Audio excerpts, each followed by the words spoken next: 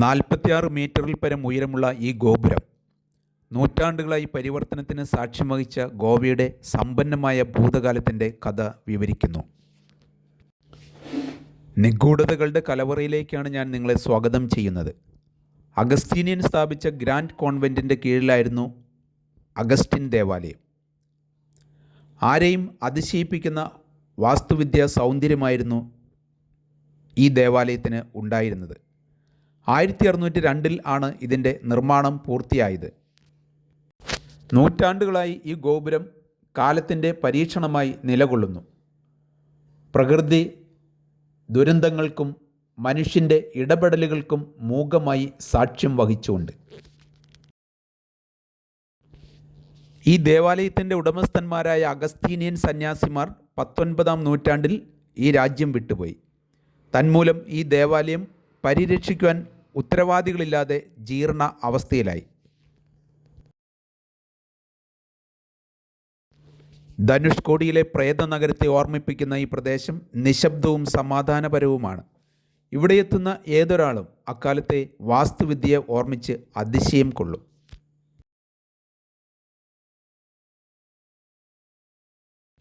ആയിരത്തി 587 അഗസ്തീനിയൻ സന്യാസിമാർ ഗോവയിൽ വന്നത്.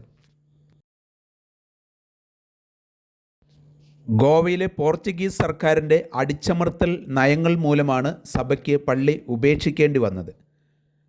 നിർമ്മാണത്തിന് 240 വർഷങ്ങൾക്ക് ശേഷം 1842 ആണ് ദേവാലയത്തിൻ്റെ തകർച്ച ആരംഭിച്ചത്.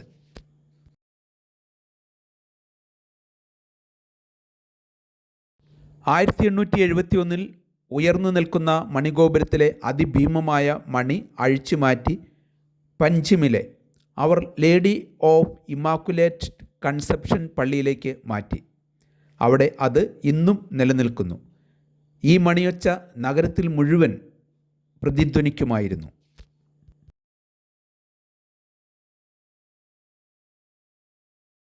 ആയിരത്തി 931 പള്ളിയുടെ മുൻഭാഗവും പകുതി ഗോപുരവും തകർന്നു വീണു. 1938 ആയപ്പോഴേക്കും തകർച്ച പൂർത്തിയായി.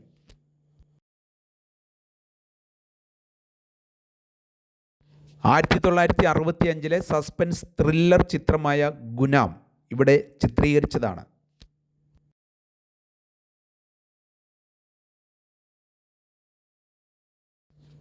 വളരെയധികം അതിശയിപ്പിക്കുന്നതായിരുന്നു ഈ പള്ളിയുടെ ഘടന.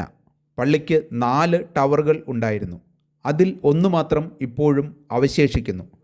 46 മീറ്റർ ഉയരമുണ്ട് ഇതിന്.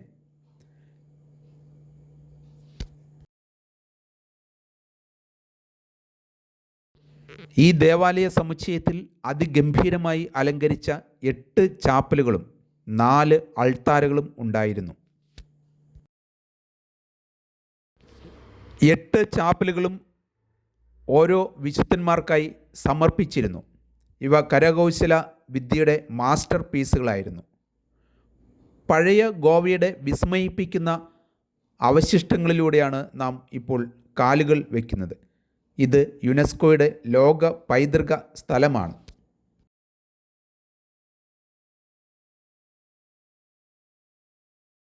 ചരിത്രത്തിലെ നമുക്ക് മറക്കാനാവാത്ത വലിയൊരു അനുഭവം ഇവിടെ വന്ന് കണ്ടാലേ അറിയാൻ കഴിയുള്ളൂ. ഇത്രയൊരു മനോഹരമായ ഒരു സൗധം ഇവിടെ ഉണ്ടായിരുന്നു എന്നതിന് ഒരു തെളിവുകളായിട്ട് നമ്മുടെ മുന്നിൽ കാണുന്ന ഈ ചരിത്രശേഷിപ്പ് എല്ലാവരെയും അത്ഭുതപ്പെടുത്തുന്ന ഒരു സംഭവം തന്നെയാണ്.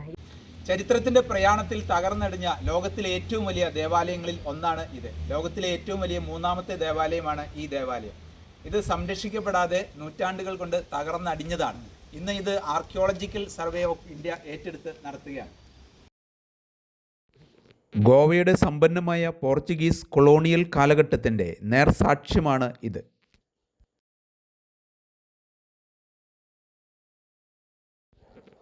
പള്ളിയുടെ മഹത്വം ശരിക്കും വിസ്മയിപ്പിക്കുന്നതായിരുന്നു. പോർച്ചുഗീസ് ശൈലി, ഗോതിക് കല, നവോത്ഥാന കല എന്നിവയുടെയെല്ലാം സംയോജനമാണ് ഈ സൃഷ്ടി. സമുദ്രവുമായി ബന്ധപ്പെട്ട തീമുകൾക്കായിരുന്നു പ്രാമുഖ്യം. സങ്കീർണമായ കൊത്തുപണികളാൽ മുൻഭാഗം അലങ്കരിച്ചിരുന്നു.